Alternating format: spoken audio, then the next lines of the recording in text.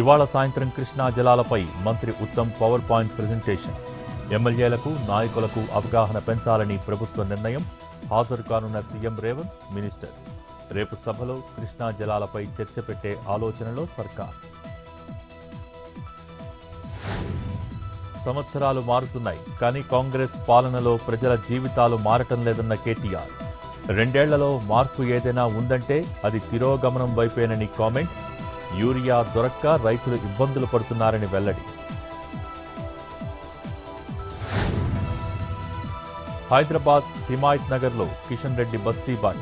తమ సమస్యలను కేంద్ర మంత్రి దృష్టికి తీసుకొచ్చిన స్థానికులు పరిష్కరించాలని సంబంధిత అధికారులకు కిషన్ రెడ్డి ఆదేశం. గాంధీనగర్లో నూతన కమ్యూనిటీ హాల్ ఏర్పాటుకు హామీ.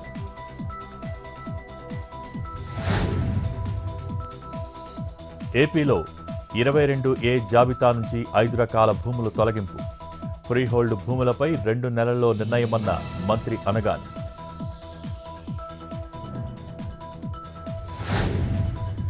అనంతపురం మాజీ ఎమ్మెల్యే ఆసక్తికర వ్యాఖ్యలు. వచ్చే ఎన్నికల్లో ఖచ్చితంగా పోటీ చేస్తానంటున్న గురునాథ్ రెడ్డి కొత్త సంవత్సరంలో రాజకీయ నిర్ణయం తీసుకున్నట్టు వెల్లడి.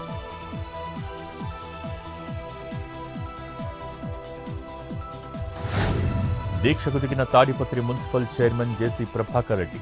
ప్రజల బాగు కోసమే తన దీక్ష అంటూ ఫ్లెక్సీ ఏర్పాటు.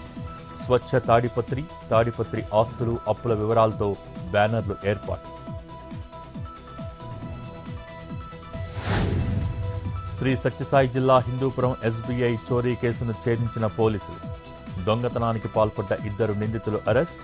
5.5 కోట్ల విలువైన బంగారం స్వాధీనం. వికారాబాద్ జిల్లా తాండూరులో దొంగల హల్చల్. దుకాణాలు, ఇళ్లలో ఏసీల కాపర్ పైపులు చోరీ. సీసీ కెమెరాల్లో రికార్డైన దృశ్యాలు. పోలీసులు పెట్రోలింగ్ పటిష్టం చేయాలని స్థానికుల డిమాండ్.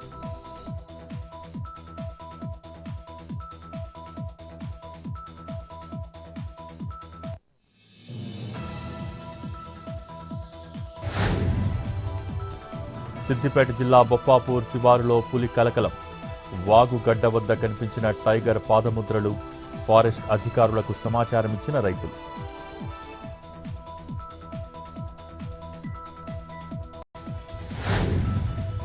యాదాద్రికి పొన్నం ప్రభాకర్. శ్రీ లక్ష్మీ నరసింహస్వామి వారిని దర్శించుకున్న మంత్రి. కుటుంబ సభ్యులతో కలిసి నిజాభిషేకంలో పాల్గొని ప్రత్యేక పూజలు. దర్శనానంతరం మంత్రికి వేద ఆశీర్వాదం అందించిన ఆలయ అర్చకులు.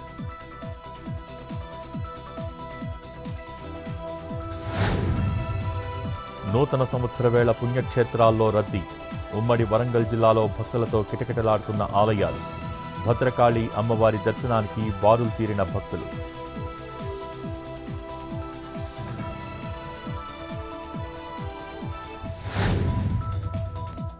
జగిత్యాల జిల్లా కోరుట్ల అయ్యప్ప స్వామి ఆలయంలో 1,00,000 పుష్పార్చన.